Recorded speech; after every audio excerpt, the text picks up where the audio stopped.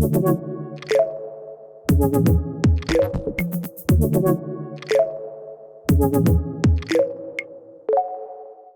everyone, welcome back to From Idea to Abundance, Founders Defining the Bull Market. I'm your host when we are here today at Emergence 2026, our flagship conference in Sydney. Now, if you've ever wondered what happens when traditional metals reach their performance limits in extreme temperatures like heat, pressure, corrosion, wear and tear, the answer is standing right next to me. So I'm joined by Greg Lindsay, the CEO of EntroMat, a Melbourne-based deep tech materials company pioneering high entropy materials and next generation of alloys engineered for industries like aerospace, defense, mining, energy, and batteries. Let's dive right in. Greg, great to have you here. Thank you for having me along. Absolutely. So, Greg, Andromat is tackling a fundamental material science challenge, traditional alloys hitting their limits. So, what led you to found Andromat, and what was the moment when you realized that high entropy materials were the answer?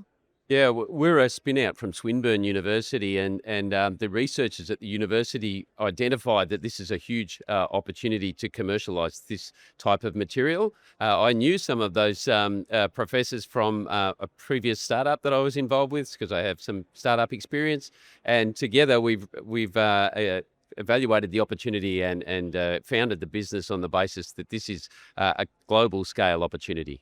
Yeah, absolutely. Truly very fascinating. So let's break this down. So industries like mining, aerospace, energy, they are pushing materials to the extremes. So there is heat, corrosion, wear and tear. So paint a picture of what happens when conventional alloys fail in these environments and why that matters.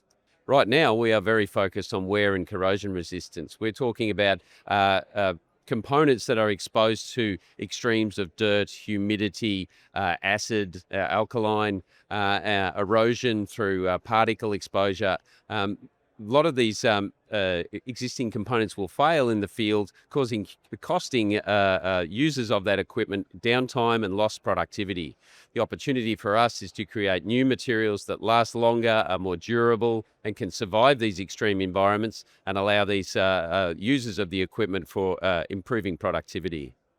Absolutely, that makes sense. So, Greg, you built a platform that integrates AI driven alloy design, advanced powder manufacturing, and circular use of critical minerals. So, walk us through that how this high entropy materials actually work and how your platform performs.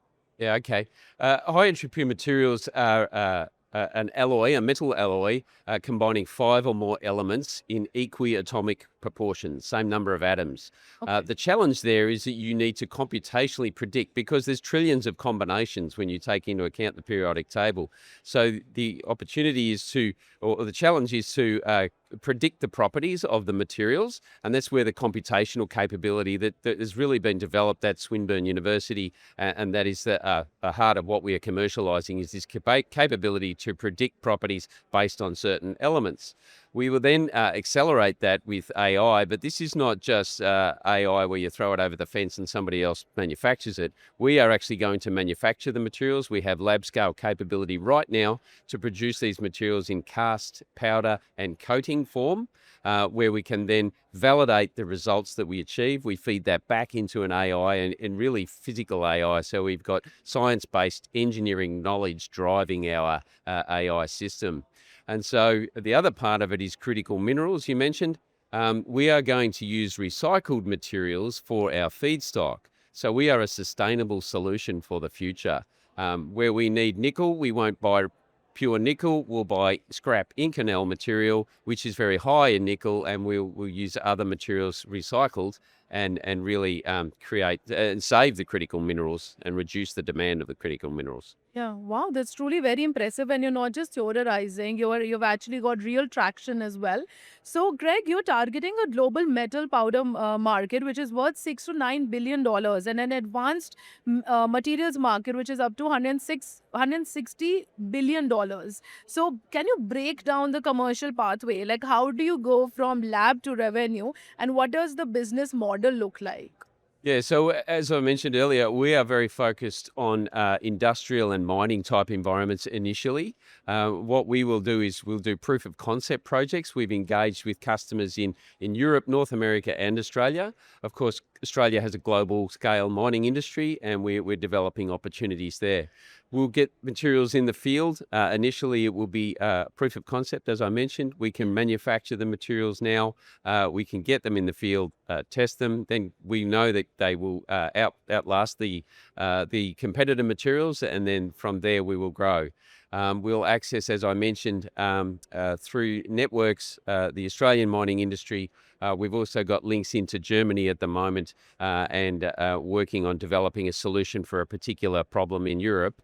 Created by the REACH regulations, we can produce a material that will solve an environmental issue in Europe. Now, Greg, you're also at a technical to commercial inflection point where commissioning commercial scale manufacturing in 2026, so launching product families as well. So, can you tell our audience why is now the right time for investors and what should they understand about the opportunity that EntroMat is currently creating? Yeah, now is the right time. We've got a number of opportunities at the moment.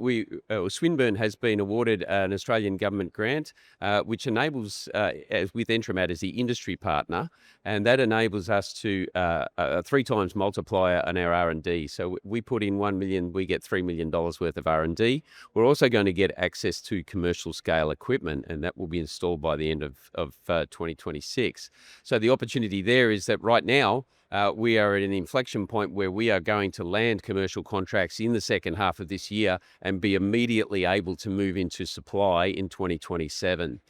So that really, we are quite small currently, but we have the customers right now, we have the access to the equipment, and we have some really large-scale R&D activity in place right now, developing these materials. So we have a very fast path to growth right in front of us. Yeah. Yeah, wow. I have to say it's very impressive the work that you're doing and what you're building in Enromat is definitely cutting edge, solving real material challenges that industries are facing right now. Now, for viewers watching, if you would like to learn more about Enromat, please see the details on your screen and get in touch with their team.